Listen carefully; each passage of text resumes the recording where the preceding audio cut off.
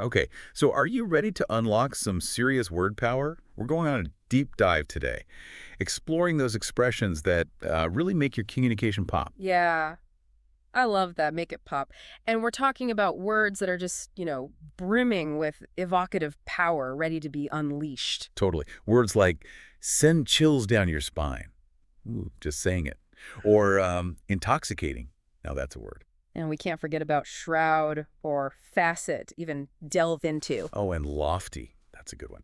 And wait, there are two more. Undue and intrinsic. Right. Undue and intrinsic. Now, we know you, our listeners, are all about efficiency, right? So we're not going to bog you down with, like, dictionary definitions. We're going to bring these words to life. Exactly. We'll paint some vivid pictures, explore those subtle shades of meaning, have a little fun along the way. For sure. I mean, each of these words has this unique power. Like, they evoke strong emotions, and they help us paint these vivid pictures in our minds. And ultimately, they just add depth to our ideas. 100%. So let's kick things off with a phrase that's guaranteed to give you goosebumps, in a good way, of course, Mm. and that is send chills down your spine. Oh, yeah. Send chills down your spine. Just imagine, like, you're telling a ghost story around a campfire, right? And it's that perfect spooky night, and everyone's huddled close, and you can feel the tension building. And then you drop that perfectly timed twist. Exactly. That's the kind of moment that sends chills down your spine. Or think about the feeling you get when your favorite band walks on stage. The lights, the roar of the crowd, the It's anticipation. electric. That rush of energy, yeah, that totally sends chills down your spine. It really is a visceral reaction. It taps into something primal, doesn't it? Whether it's fear, excitement, or maybe even a sense of awe. Absolutely.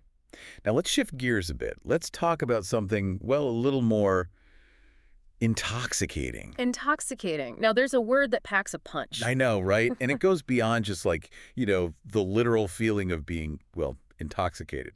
Right. It's about being completely captivated by something, enthralled, swept away.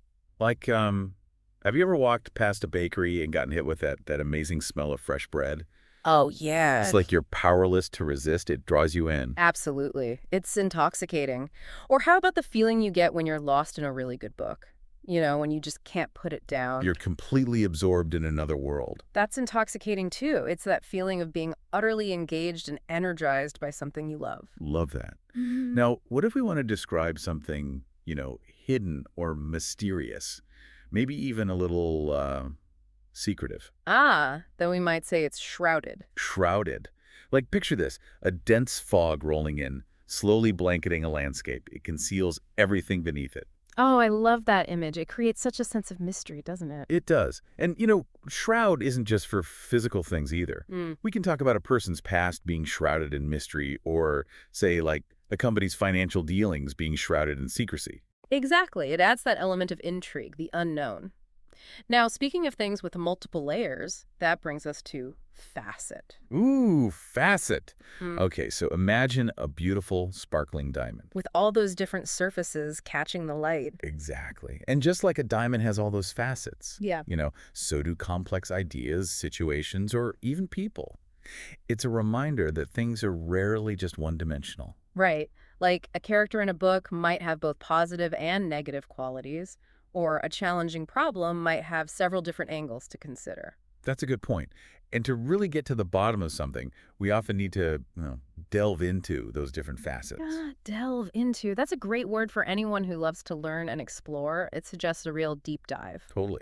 It's like going beyond the surface, Yeah. really getting your hands dirty with a topic. It could be delving into a historical period, exploring all the nuances and details. Or maybe it's delving into a complex scientific theory, really trying to wrap your head around it. Exactly. It's that commitment to going deeper, understanding more fully. Now, how about we aim high with the word lofty? Okay. Lofty.